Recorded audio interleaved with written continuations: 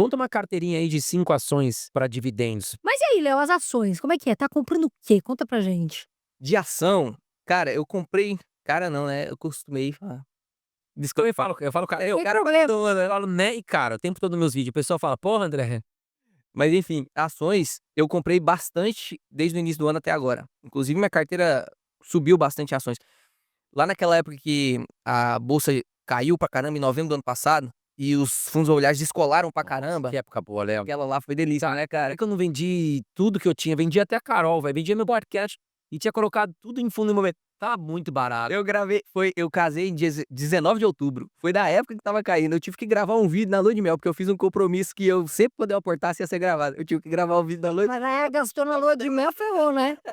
e aí eu aportei bastante em fundo imobiliário, e a minha carteira ficou desbalanceada em fundo imobiliário. Então eu usei agora esse período de tempo desse ano, porque as ações, por incrível que pareça, elas caíram posteriormente aos fundos imobiliários. O fundo imobiliário não tem tanta volatilidade, mas lá em novembro aconteceu isso. Então, desde o início do ano eu venho comprando algumas ações, principalmente as que estão descontadas, e aí é óbvio, existem duas teorias de investimento, uma que você investe mais em valor, ou que você investe mais em empresas descontadas. No Brasil é tão engraçado que você consegue juntar as duas, né? Então eu vim comprando muito BR Partners, lá R$12, R$13 eu tava falando sobre ela no canal. Então comprei bastante ali, se tornou, acho que se eu não me engano, a quinta posição da minha carteira.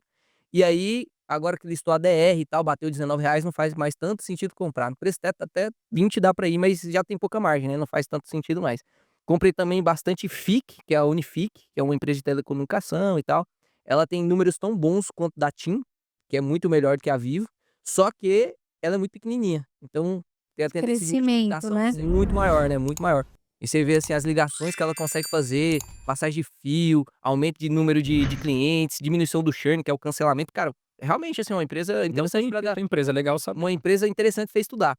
Inclusive, a gente tá agora com uns 42, 43% de valorização até na carteira da Deus INSS, tá vendo? Que até eu mexi no 200, dá pra investir. Dá pra crescer. E aí, essas duas empresas eu investi bastante.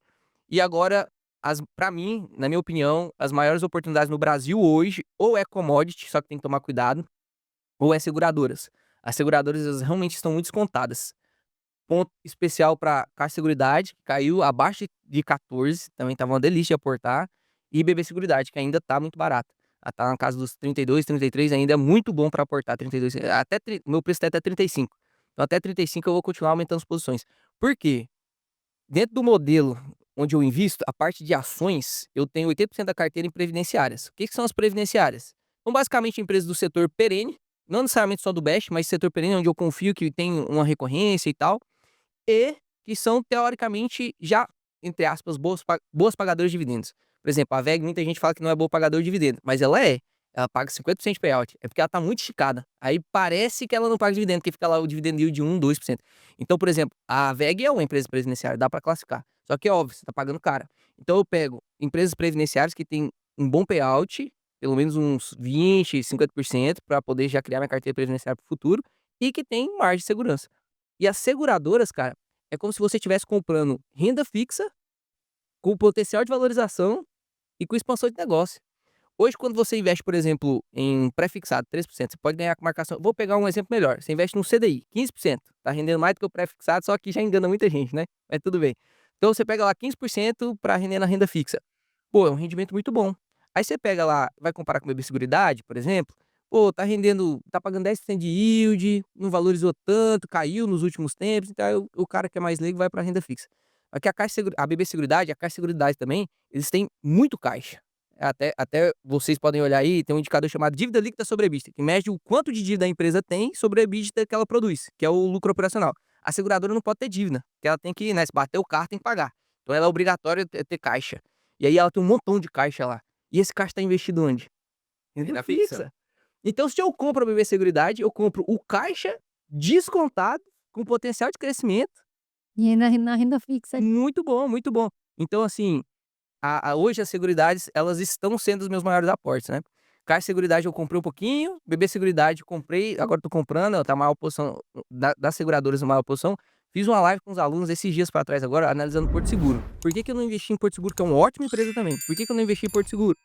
Bom, quando a gente abre as cartas na mesa, hoje a gente tem algumas seguradoras, tem a IRB, que é resseguradora, e tem a WIS, que é uma corretora de seguros. Então a gente tem 5 opções. O bom do Brasil é isso, né, a gente tem 5 opções. Vamos escolher as melhores. Porto Seguro é bom, BB Seguridade é bom, Caixa Seguridade é bom. Qualidade, essas três são muito bons. O IS tem seus riscos porque são corretoras. Corretora, ela vende seguro de outra e ganha comissão, como se fosse um afiliado. E a IRB é a mais arriscada porque ela vende resseguro. Então é o seguro do seguro, que é mais complicadinho de entender. Então eu vou focar nessas três aqui para uma pessoa que é mais leiga. Pô, tem essas três empresas. Eu estou no Brasil, mercado ineficiente, então eu vou olhar para a margem e para modelo de negócio. Modelo de negócio delas são bem parecidos. Porto Seguro, qual que é a diferença das outras duas? Porto Seguro é muito seguro de automóvel. Você abre lá o relatório, o sinistro, que é quantas vezes as pessoas acionam o seguro, é de 70% a 80%. Que não é ruim, é alto, mas não é ruim porque isso é de automóvel mesmo. Tem um guincho, O André comprou um carro lá em Brasília. Nós voltamos lá pra Tenente Portela, que é a nossa cidade. Foi mais de 1.600 quilômetros. Voltamos tudo certo, tudo certo. Ele foi estacionar o carro na garagem, raspou o carro. Putz. Seguro, 2 dias. 2 dias acionou o seguro. Mas foi tudo certo, bem na garagem. Na garagem, raspou os carros. Em 2 dias de uso do carro, acionou o seguro. Seguro de automóvel tem muito sinistro. Tem muito pouca margem na Porto Seguro. Inclusive, se olhar no último relatório, a gente estava lendo, uma diminuição do seguro do sinistro de 6% aumentou o lucro dela de 100 milhões para 150 milhões. Então, enquanto a gente tiver muito sinistro, e a Porto Seguro é até um pouquinho mais sinistro, a gente vai ter essas variações de margem. Ou seja, é uma empresa que é mais de crescimento. Caixa Seguridade, destaque em habitacional. DB Seguridade, destaque em agro. Aí depende do que você quer. Aí vai muito perfil agora. Primeiro, você sempre vai olhar a margem, você tem que olhar o que está mais descontado. Hoje, BB Seguridade está inegavelmente mais descontado que Caixa Seguridade, mas você pode falar assim, Léo, eu abro mão um pouquinho de desconto, eu abro mão um pouquinho de potencial de rentabilidade para poder me expor no habitacional. Que agora o taxa de juros vai cair, acredito que muito mais gente vai financiar Minha Casa Minha Vida. Saiu uma pesquisa agora do ex-presidente da Caixa, que era quem financiava, fazia a parte dos financiamentos da Caixa Minha Casa Minha Vida. E aí ele falou assim, hoje a parte imobiliária representa 10% do PIB do Brasil. A tendência é que até 2030 represente 20%. Ou seja, Caixa Seguridade vai sair bem aí, né? Sim. Porque vai financiar muito imóvel. E a Caixa Seguridade, ela tá dentro do negócio da Caixa Econômica e é obrigado, você que vai financiar na Minha Casa Minha Vida, é obrigado a contratar o seguro habitacional. Então, já sai vendido o seguro. Se você financia, já sai vendido o seguro. É a mesma coisa do agro na BB Seguridade. Por isso que o PVP delas são bem altos, porque elas não precisam de muita coisa. Então, hoje acho que, na minha opinião, humilde opinião, as empresas mais descontadas da bolsa hoje, se a gente for olhar para setor perene, que aí depois a gente pode falar de oportunidade, mas para setor perene mesmo, seria as seguradoras. Algumas outras já caiu a margem, né? Deu uma valorizada. Mesmo assim ainda tá barato. Mas olhando para a margem, a gente sempre tem que olhar para a margem quando vai olhar as opções. BB Seguridade, Caixa Seguridade e tal, são as maiores oportunidades. Ô, Léo, monta uma carteirinha aí de 5 ações para dividendos, para quem tá nos assistindo. Me quebra a perna, né? Vamos lá. Me pegou no flagra. Preste atenção, galera. Montar uma carteirinha hipotética do momento atual, tá? Talvez você tá assistindo esse vídeo aí já daqui 2 anos. Vai que esse vídeo bomba aí, fica 2 anos sendo assistido, né? Então preste atenção, são momento de mercado. Empresa de dividendo, normalmente eu quero coisas que são recorrentes. Sim. Porque eu não quero, por exemplo, imagina uma pessoa que está investindo em ações para poder viver de dividendos. E aí ela recebe 5 mil reais de dividendos no mês, no outro ela recebe 1.000, no outro ela recebe 13, no outro ela recebe 2. Então eu não quero essa instabilidade. Se eu fosse montar uma carteira para viver de dividendos, eu queria uma estabilidade maior. Quais são os tipos de empresas que entregam rentabilidades, fluxos de caixas recorrentes assim com maior estabilidade? São empresas normalmente reguladas. No Brasil são empresas reguladas. O que é a regulação de empresas? A gente tem órgãos institucionais que falam assim, eu faço um contrato com você durante 30 anos, eu vou te pagar isso pelo seu serviço. Quais são as empresas que se enquadram nisso? Empresa de saneamento. Saneamento é regulado. Então, por exemplo, Sanepar tem um contrato de 30 anos para oferecer sistema de esgoto e água lá para Londrina e vai receber tanto e isso não vai mudar. Corrigido pelo IPCA. Já sabe o que vai receber. Você não tem medo do IPCA, ou seja, a empresa vai repassar o IPCA, o rendimento que ela tem, o ROI da Sanepar, não me lembro o ROI exato, Redonda, uma empresinha mas é uma redonda. empresa que cresce assim, Acima de 10, com certeza. bem acima de 10. Mas olha para você ver, você olha o gráfico dela, é bonitinho. O gráfico que tá batendo e é parecido assim com o Sanepar é Porto Seguro, mas já tem mais instabilidade. A Sanepar é a mais estável que eu já vi por longos períodos de tempo. Receita sobe e o lucro líquido sobe também. Porque às vezes a receita sobe bastante, mas o lucro líquido não sobe porque aumenta custo. Sim. Sanepar é uma boa empresa, por exemplo, de exemplo para isso, porque ela é controlada. Então, empresas do setor regulado, Apesar do Warren Buffett não gostar disso, tá? Porque o Warren Buffett é um cara que quer multiplicar capital. Sim. E aí a gente tem um viés que eu sempre falo pra galera, presta Mas nos atenção. Estados Unidos também é mais complicado, né? Não. Porque os dividendos são muito tributários. Exatamente. É diferente a gente pegar a estratégia Não dá de pra lá pra cá. comparar. É. Eu vejo muita gente falando assim, mas o Warren Buffett não gosta de empresa regulada. Pois é, mas é o Warren Buffett, meu amigo, né? É. Ele tá ali com a Berkshire, que ele tem que entregar resultado em curto prazo pro cotista, Exato. que senão o cotista sai, vende a cota e tal, enfim. Eu não tá preocupado com isso. Agora que a gente tá criando uma carteira hipotética no Brasil, né, pra você receber dividendos. As empresas reguladas são boas nisso. Boa empresa regulada, né? Não pode ser qualquer empresa regulada. Então, Sim. empresa de saneamento, hoje a gente tem Sabesp, Copasa e Sanepar. Sanepar deu uma subidona, né? Mas mesmo assim eu ainda acredito que ela é melhor do que nesses preços do que a Copasa. Tô comprando? Não, porque tem outras empresas de maior oportunidade. Outra coisa que também tem que deixar claro, vamos montar uma carteirinha de 5 ações? Vamos. Mas não é pra você pegar seus R$100, dividir em R$20 e comprar uma ação de cada. Você vai investir R$100 naquela que tá maior oportunidade, no outro mês você investe R$100 aqui, se tiver oportunidade, não tenha pressa pra montar a carteira. Sim. A carteira é com o tempo. Vai pagar caro por um ativo porque você tá com pressa, né? Exatamente, não faz sentido. Segunda empresa que se enquadra, modelo de negócio que se enquadra nisso, são as empresas de energia em geral. As geradoras, as distribuidoras e as transmissoras. As transmissoras são filé mignon, porque é através de RAP, Receita Anual Permitida. A ANEEL, inclusive, viu a necessidade de fazer melhorias nas linhas de transmissões. Estava lendo o relatório de Auren esses dias com os alunos, e aí a Auren ela perdeu em torno de 17, 18% da produção que ela poderia fazer, porque o sistema de transmissão não conseguiu transmitir. Então ela não pode produzir, que senão desperdiça. Então ela teve esse problema. A ANEEL tem que pagar isso como indenização. Pô, eu montei aqui o negócio, nós fizemos um contrato, eu tô aqui produzindo, pagando funcionário e tal, e aí, ó, tive um problema, né? E aí a ANEEL tem que restituir. Para resolver esse problema, a ANEEL tem que melhorar a linha de transmissão. Então tem muita gente que fala assim, porque as linhas de transmissão vai chegar uma hora que vai acabar, não sei o quê, não tem... Pô, tem muita melhoria para ser feito, mesmo em linhas de transmissão já construídas. Porque o sistema energético ele vai cada vez sendo mais demandado, né? Sim. Então a linha que foi construída para passar, exemplo, 100 kWh, pô, agora precisa de 200, então eu vou ter que fazer melhorias. Então as empresas de transmissão, na minha opinião, são as empresas assim que você nunca vai conseguir comprar Taesa, Transição Paulista e a Lupar descontado. Você nunca vai conseguir. Por quê? Porque como são empresas muito previsíveis, através de RAP, ajustado pelo IPCA, contratos longos também, é muito fácil fazer valuation. Todo mundo faz valuation. Pô, tem que custar 35. Ela fica lá, 34,50, 35,50. Não Você vai vê que pagar. ela não varia. Você não vai conseguir pagar tão barato. Às vezes consegue, mas é muito raro. Se você for esperar, você não vai conseguir montar posição.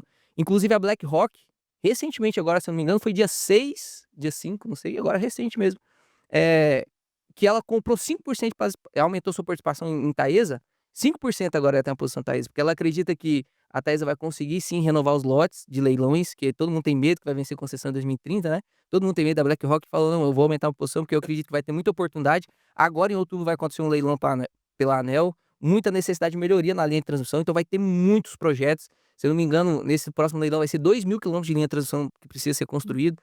Então, dentre as geradoras, as distribuidoras e as transmissoras, nesse momento eu focaria nas transmissoras.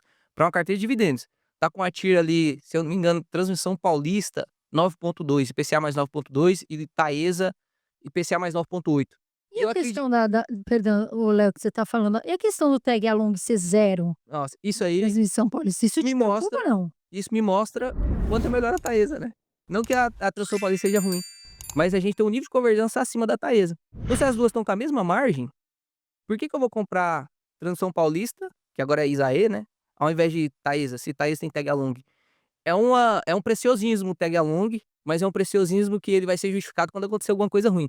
Normalmente, quando a gente compra uma empresa, por exemplo, Transmissão Paulista, não acho uma empresa ruim, não. É uma empresa que tem a linha de transmissões ali de São Paulo, pô, é muita coisa de dinheiro envolvida ali, não vai sair dali, ninguém vai conseguir pegar aquilo ali, ela vai renovar a concessão e tal, então acredito que é muito recorrente. Por que não melhora o nível de governança da empresa, né? Não que vai dar alguma coisa errada e tal, mas e quando der?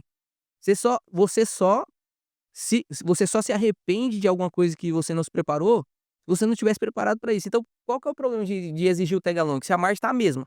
Por isso que, na minha opinião, Taesa é melhor em termos de governança, em termos de, teoricamente, eu não vou nem falar crescimento, mas em termos de prospecção futura do que a Transição Paulista. E a Lupar é a mais carinha de todas ali, que fica mais jogada, né? Então, eu tenho uma posição relevante em Taesa também, se eu não me engano, é a terceira posição da carteira. É a empresa que paga dividendo o tempo todo, né? Não é aquela empresa que você vai ver valorizando 100, 200, 300%.